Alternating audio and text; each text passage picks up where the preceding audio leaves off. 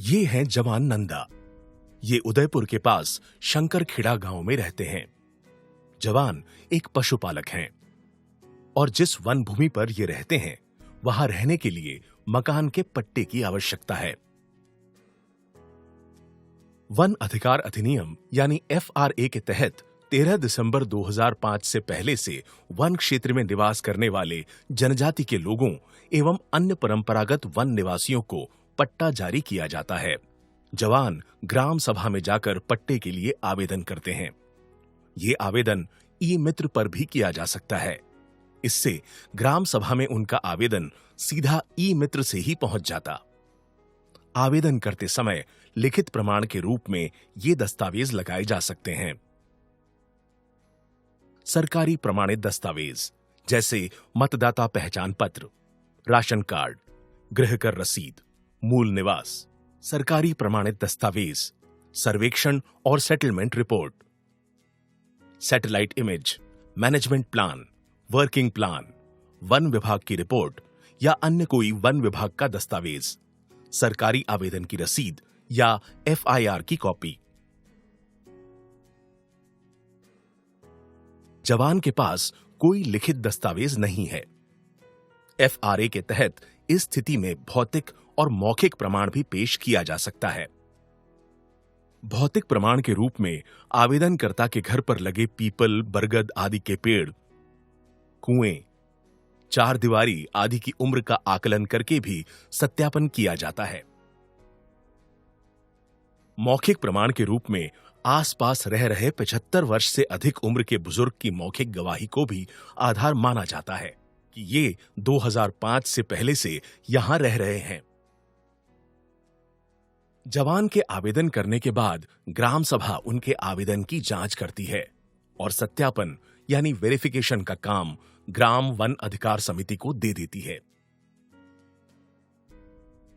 Gram one अधिकार समिति ग्राम सभा द्वारा चुने गए लोगों की एक समिति होती है जिसमें कम से कम 10 और ज्यादा से ज्यादा 15 लोग होते हैं। इनमें से 1/3 सदस्य अनुसूचित जनजाति के और कुल सदस्यों में से 1/3 महिलाएं होती हैं। जैसे कि अगर समिति में कुल 15 लोग हैं तो 5 महिलाएं होंगी। वन अधिकार समिति आवेदन के 30 दिनों के अंदर जवान के यहां जाकर वेरिफिकेशन करती है। यह वेरिफिकेशन उस वन भूमि का होता है जिसका आवेदक को पट्टा चाहिए। ये घर भी हो सकता है और कृषि भूमि भी। वेरिफिकेशन के इस काम में वन अधिकार समिति के साथ वन विभाग का अधिकारी और राजस्व विभाग का अधिकारी यानी पटवारी मौजूद होता है। आवेदन के बाद जब तक वेरिफिकेशन की प्रक्रिया चल रही है तब तक जवान को वन भूमि से निकाला या बेदखल नहीं किया जा सकता है। वेरिफिकेशन के दौरान जवान के दावे की जांच की जाती है।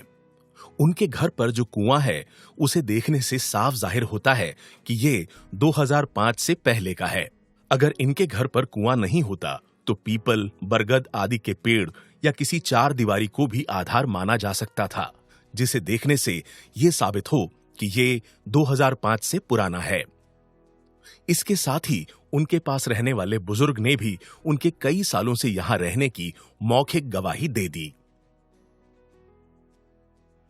वन और राजस्व विभाग के अधिकारी अपनी जांच और मौका रिपोर्ट ग्राम सभा की अगली मीटिंग से पहले दे देते हैं। अगर वन और राजस्व विभाग के अधिकारी वेरिफिकेशन के समय मौजूद नहीं होते हैं तो ऐसे में या तो वे ग्राम वन अधिकार समिति द्वारा किए गए वेरिफिकेशन को स्वीकार करते हैं। अगर वे इस वेरिफिकेशन को स्वीकार नहीं करते हैं तो वेरिफिकेशन फिर से करवाने के लिए कहते हैं। अगर दूसरी बार भी वन और राजस्व विभाग के अधिकारी वेरिफिकेशन के दौरान मौजूद नहीं होते हैं तो ग्राम सभा का निर्णय सर्वमान्य होता है। ग्राम सभा अपने निर्णय को उपखंड स्तरीय समिति को भेजती है। उपखंड स्तरीय समिति का अध्यक्ष उपखंड अधिकारी SDO, सदस्य सचिव ब्लॉक विकास अधिकारी BDO व अन्य सदस्यों में वन विभाग का अधिकारी और इसके अलावा जिला परिषद द्वारा पंचायत समिति से चुने गए 3 सदस्य होते हैं।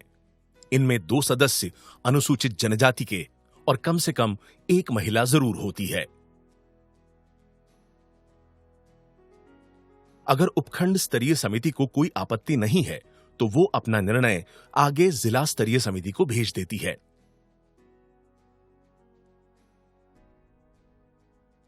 जिला स्तरीय समिति का अध्यक्ष जिला कलेक्टर, सदस्य सचिव जनजाति क्षेत्रीय विकास विभाग का परियोजना अधिकारी, जनजाति क्षेत्रीय विभाग का इसके समकक्ष अधिकारी व अन्य सदस्यों में उप वन संरक्षक और इसके अलावा जिला परिषद द्वारा अपने सदस्यों में से चुने गए 3 सदस्य होते हैं। इनमें 2 सदस्य अनुसूचित जनजाति के और कम से कम 1 महिला जरूर होती है। जवान के घर पर कुएं के कारण और बुजुर्ग की मौखिक गवाही से यह साबित हो गया था कि ये यहां 2005 से पहले से रह रहे हैं, इसलिए जिला स्तरीय समिति द्वारा पट्टा जारी कर दिया जाता है।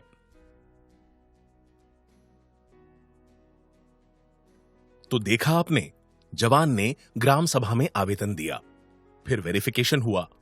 ग्राम वन अधिकार समिति ने अपनी रिपोर्ट ग्राम सभा को दे दी। ग्राम सभा ने मौखिक और भौतिक सत्यापन के आधार पर अपना निर्णय उपखंड स्तरीय समिति को भेजा। उपखंड स्तरीय समिति ने अपना निर्णय जिला स्तरीय समिति को भेजा और आखिर में जिला स्तरीय समिति ने पट्टा जारी कर दिया।